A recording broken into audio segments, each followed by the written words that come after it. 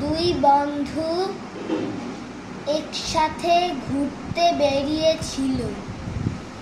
হঠাৎ তারা ঘুরতে ঘুরতে দেখলো একটা ভালুক বন থেকে বেরিয়ে তাদের দিকেই ছুটে আসছে।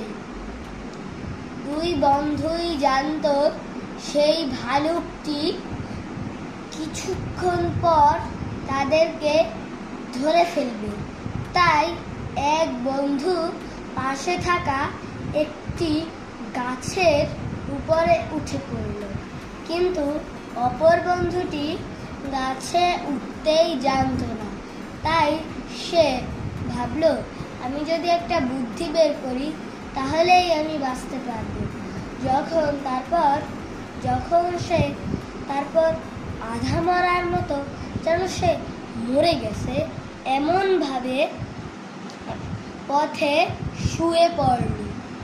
যখন ভালুকটি কাছে এলো, তখন কাছে এসে যখন দেখলো যে লোকটি মরা, তখন ভালুকটি তার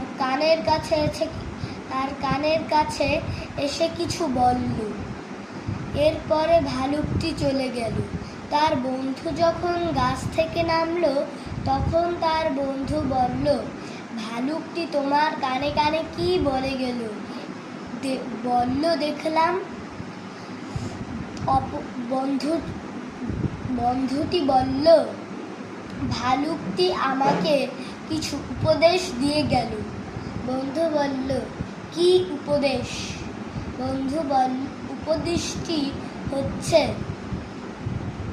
যে তোমাকে বিপদের মুখে ঠেলে দিয়ে পালিয়ে আসে তার সাথে কখনো মিশো না, এবং তার সাথে কথাও অনেক কম বলো, কারণ সে তোমাকে বিপদের সময় ফেলিয়ে রেখে যায়। তার বন্ধু মুখ কালো করে